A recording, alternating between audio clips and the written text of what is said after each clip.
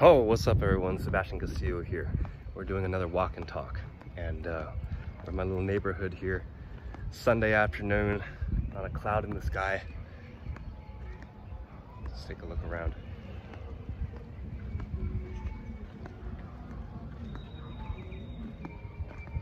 You know, it's funny. People are always under the impression that there's like no money in Mexico, no money in third world countries and whatnot, but then how do you explain the fact that, you know, people have houses here? People have trucks and cars and all of this stuff.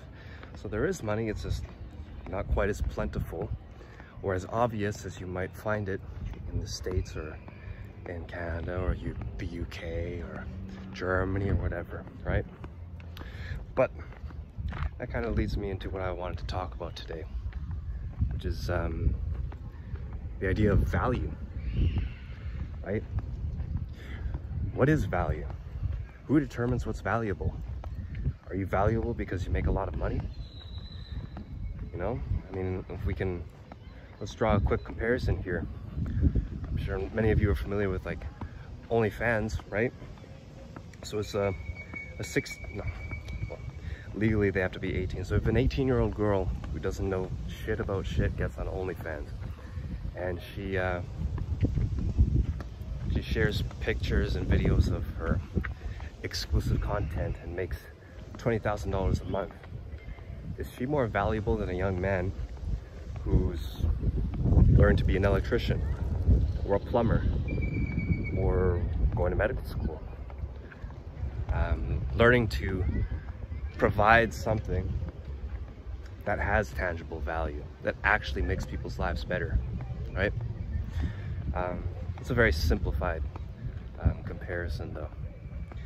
And the reason I'm bringing this up, guys, is because if it's not already apparent to you, and if you're watching this channel, you know, I can imagine you're already a little sharper than, you know, most regular folk. And we live in a very topsy-turvy world where a lot of people who don't have tangible value, who don't produce anything of value, who don't actually help anyone with anything real, are making the money.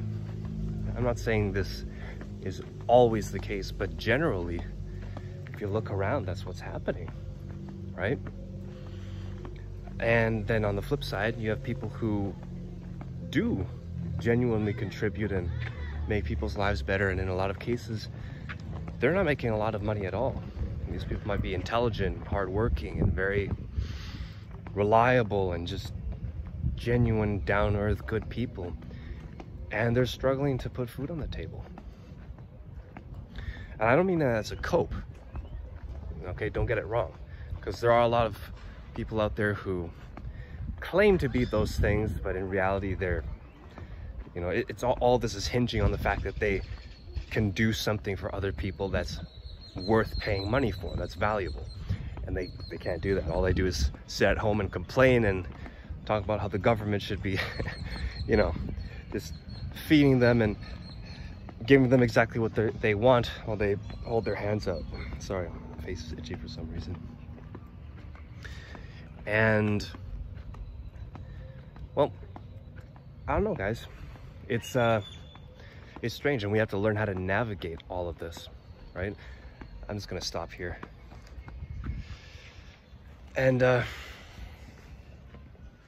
the interesting thing is, it seems like I just mentioned, it seems like a lot of people who do bad things or bad people are the ones who are out there actually reaping the rewards of life, right? Even if I think back to high school, for example, and if you think back to high school, who were the kinds of guys who were going out with the best girls and who were getting invited to all the parties and stuff?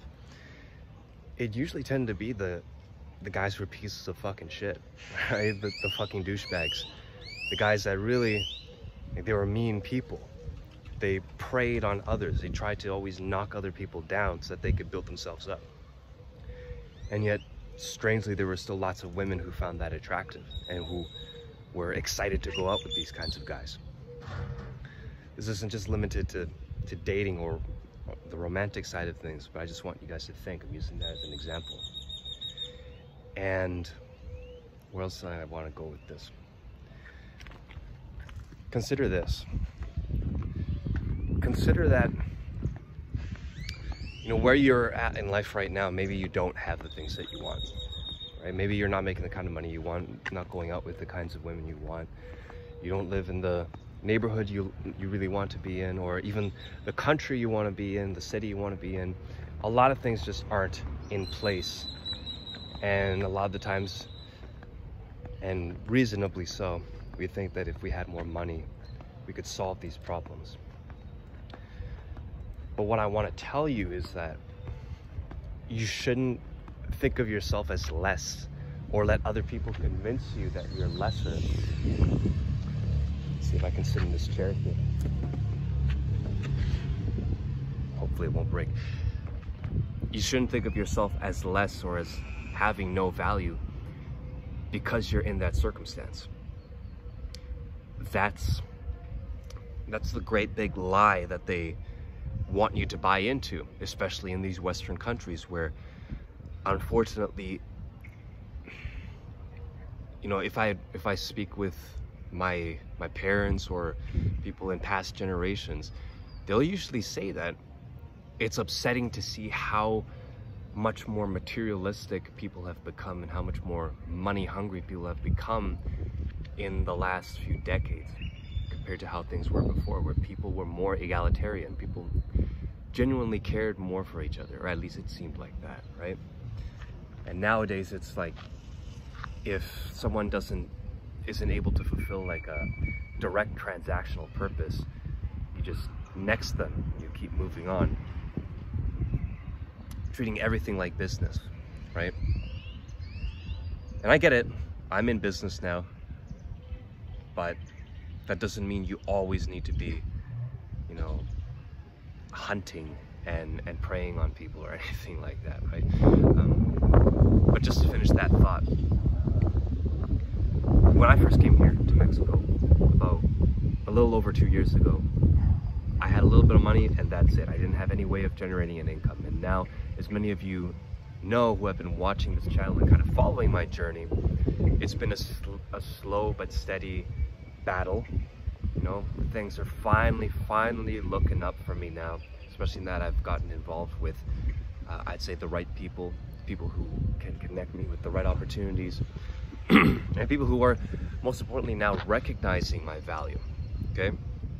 And what do I mean by this? So I'm working as a remote closer, okay? And so,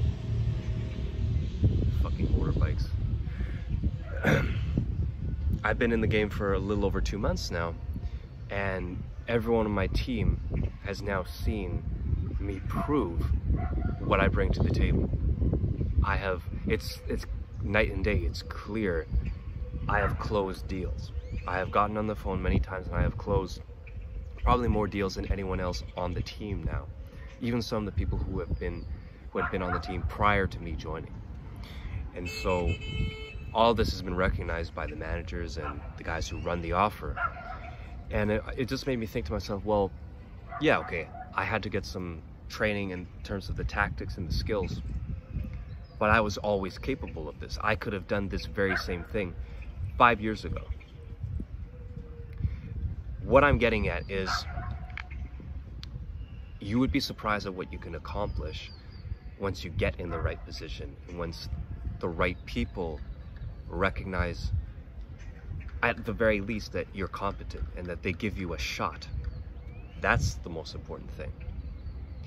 And so to tie this all together, what I mean is, don't let things get you down again because you're not in the position you want to be. Because literally just by meeting the right person or the right group of people and getting involved in the right little ecosystem where the money is flowing, and you're put into a role where you go and fulfill a certain desire or need, you put your skills to the test, you go out there, you grind, of course, right? It hasn't been easy for me by any means. I've had to spend many days where I would take plenty of sales calls and close none of them, right? But eventually you get to a point where, yeah, your hard work pays off. right? That's that's pretty much what I'm trying to get at here, guys. Your value is what you make of it. And if you're doing the right things, if you're studying, if you're putting in the hours, whatever it is, if it's sales, if it means you're following up with leads, if you're trying to generate leads, if you are doing all the things that you should be doing, role playing, if you're getting on these calls with people and you're drilling your script, all of that, you're being a team player, then it's inevitable that eventually you're going to get to a point where your income is increasing and the people around you recognize your competency, and that's when a lot of more opportunities will open up. But it's a matter of getting your foot in the door and getting that recognition in the very first place. Otherwise, you're just continually fighting an uphill battle, right? Think about people who, it always boggles my mind, people who are like over the age of 30, people who are over the age of 40, and they're still like going from job to job. They're building up no kind of social capital anywhere. And then there's nothing, they're not investing their time and their effort wisely. In fact, I know one guy who lives here in this neighborhood. He's like 45, 46, and he's a fat fuck. He probably doesn't pull in more than a grand a month, and he complains all the time about everything. And I tried to put him on a couple of times just to help him out a little bit, right? But nothing seems to change for him. And this guy is he's kind of got his head up his ass. He thinks, oh well, you know, if I stayed back in my country, I would be like a CEO, I would be a top manager or something like that, right? But you know, I'm here in fucking Mexico, and you know, fucking Mexicans don't pay very well, blah blah blah, and all this shit. It's just excuses. Just excuses. So it's so vitally important that you guys understand this now. I'm not claiming to have all the answers, but I am telling you, getting around the right people who recognize your skills, your talents, your competency, and develop that ironclad trust. Not just because, oh yeah, you know, they like you, but they see like, okay, yeah, this guy can make things happen. This guy delivers results. This guy follows through on his word. This guy shows up. This guy is working day in and day out. Let's give him a shot. Let's give him more opportunities, because so few people out there actually take this stuff seriously, especially when in the online business game. Business in and of itself is already tough because you have to establish that trust with people, but online business is even more difficult because that in-person element is removed. And so then what do we have? We have video, we have written accounts. Like you go on people's Facebook, people will write a couple of paragraphs and throw up a photo about things that they're doing or what's on their mind. The more of this that you release, and the more people engage with your content and see where you're coming from and learn more about the way you think and what you're involved in, what your values are, naturally the more you're going to attract the right kinds of people who are on a similar wavelength. So I just wanted to put that out there, guys. Another long-winded video from me, as you can always expect, and I'll be making more videos. So take care, and I'll see you in the next one.